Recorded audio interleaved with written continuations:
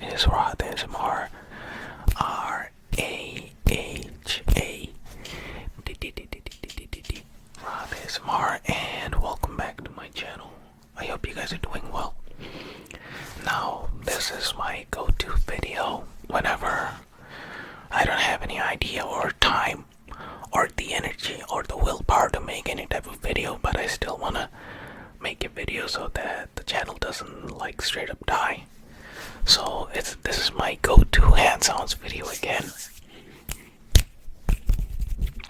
I always make hand sounds videos when I am like out of ideas, don't want to do anything crazy like I ever do, like don't want to do anything special, don't want to try out anything different or have time or the willpower to make any, like put in any type of effort for the channel.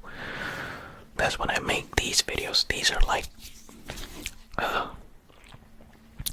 desperate times call for desperate measures type of videos. So yeah, hand sounds. I don't even know if you guys can see my full face or whatever. I'm using a stopwatch so that I know that when I hit the 10-minute mark, because it's really hard to get a like idea of how long you have been speaking when you're not making, like when you're not looking at the camera. I mean, looking at the screen, so you don't know how long you have been recording for. I don't even know if it shows my face or not. Anyways, rambling for 2 minutes. Now I gotta do the hand stuff for 8 more minutes. That's how my thought process works. So let's keep on doing some whatever the heck.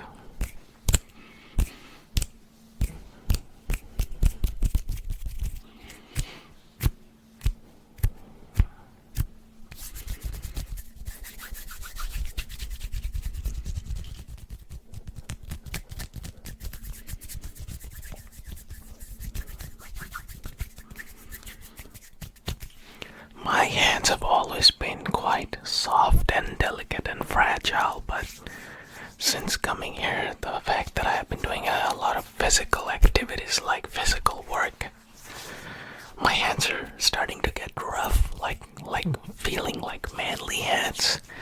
It's a good feeling in one sense that you do feel like your hand is getting some strength added to it, but you also miss the soft, delicate touch of your own hands. I know it sounds weird, but yeah, it's a mixed feeling, but it's mostly on the positive side because I do feel like a man.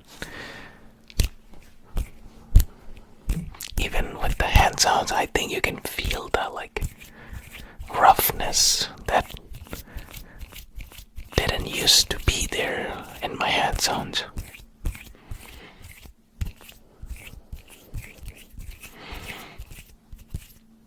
You know how a picture speaks 1,000 words? I feel like the hand sounds are speaking for the slavery that I've been doing. I wouldn't call it slavery, but yeah, I'm just joking. I'm grateful that I do have a work now. Even though it's 20 hours, but it's paying pretty well. I just hope that they keep me for longer, even though I have been messing up here and there. Basically, they don't think I'm fast enough because their definition of fast is that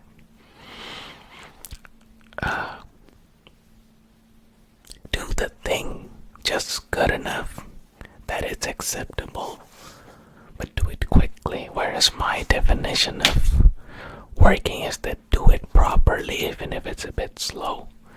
So my ideology of working doesn't really align with theirs.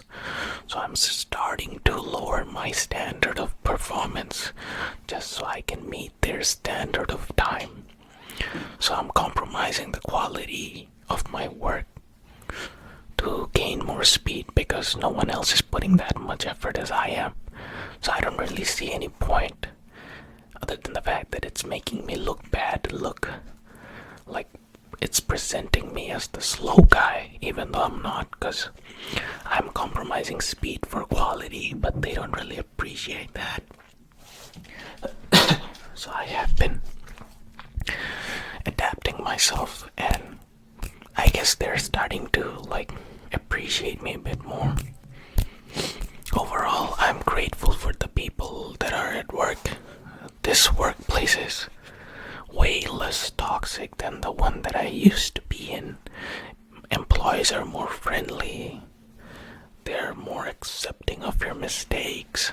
It's not like the other workplace was bad. It's just this is much better. That's all. Even though there are some people that I can tell don't really like me for whatever reason it may be. I don't want to get too much into the detail, but unless you come from a foreign land and start living your day-to-day life with the natives in this different land, like, you won't understand the feelings that I feel. Like, I'm a pretty sensitive guy, and I feel like I can sense subtle changes in behavior in people. And there are certain people that may not be outright racist, but you can just sense the energy that you're not accepted, rather you're tolerated. And it's only because, like, they're stuck with you. Like, if it were up to them, they wouldn't want to be with you. But it's like, I wouldn't call it racism per se, because these people, they are not really racist. It's more like they try to be accepting, but it's really hard for them to accept things that might be drastically too different from them, if that makes any sense. It's like, I'm not trying to sympathize with their mindset, but I'm trying to like understand where they're coming from. It's less rooted in race, but more rooted in, I would say, culture, geographic, cultural difference. It's more leaning towards xenophobia rather than racism. That's what it seems to me. But it's not like they're like doing it on purpose. It's just there are some subtleties. Like, if you're an observant type of person, you're gonna observe those subtle differences in their behavior when you're around them. And it's like, sometimes they hire people like me because they gotta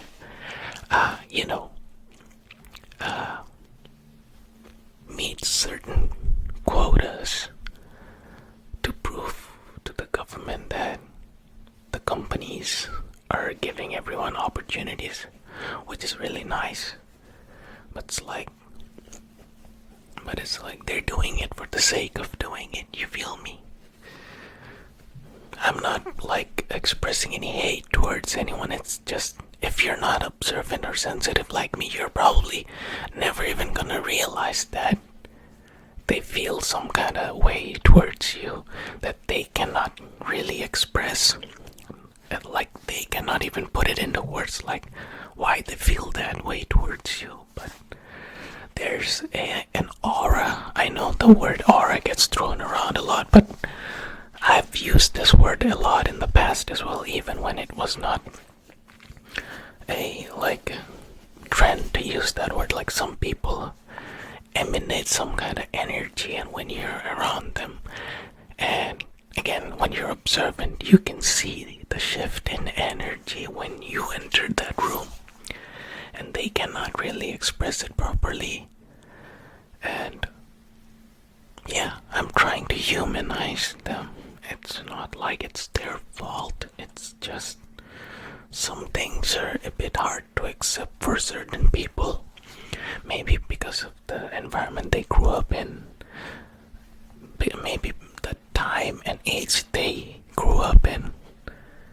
Whatever it may be, but like, they try to be accepting. Like, it's like an acquired taste some food that tastes like absolute trash the first time you try it, but you keep on trying it and then you like kind of grow fond of it and you're like, damn, I cannot believe that I hated the thing. I feel the same with those people. Like, initially they didn't really want to do anything with me, but slowly they're starting to warm up towards me. Like, I can see that the energy is shifting. But yeah, it's interesting. I'm not the type of guy to act like a victim, but the teenagers in this country are so openly racist. Like, whenever you see a group of teenagers and you're a person of color and you're alone, I can promise you that they're gonna pass some negative comments towards you and try to get a reaction out of you. But since they're protected, they're teenagers and you're the immigrant, you just have to act like you didn't notice or you didn't care. But yeah, the teenagers in this country are the ones that I have seen. Like, usually when they're in a group of 5 or 6, they can be quite ruthless and quite disrespectful. But yeah, it is what it is. It's just whatever. It was supposed to be hands-on video, but I went on some kind of rambling, you know. Yeah, it is what it is. But in general, I would like to say that 99% of the people of this country are really sweet. They're quite open-minded, quite understanding, quite lovely. The amount of positive interactions that I have had with people, like, is exponentially, like, it's way much more than the negative experiences that I have. But as human beings, we tend to latch on to the negative things more. That's why it feels like the way I'm feeling right now. But I would like to say that majority of the people are quite open-minded and quite accepting of differences. The ones that are not, they're also quite vocal. So yeah, you're gonna experience both. But it is what it is. It is human life. There are good people everywhere, bad people everywhere. And people try to jumble everything into racism. Things are more nuanced than just race itself. There are political factors, religious factors, geographical factors, cultural factors.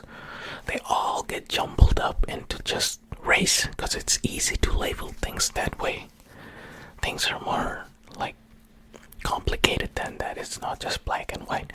Like, some people, the way they behave, like my type of people, like, I can understand why they get the hate.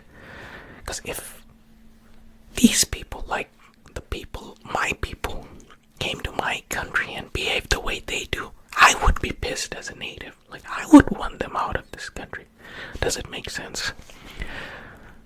Some might say that I'm sounding like Uncle Ruckus, like I'm trying to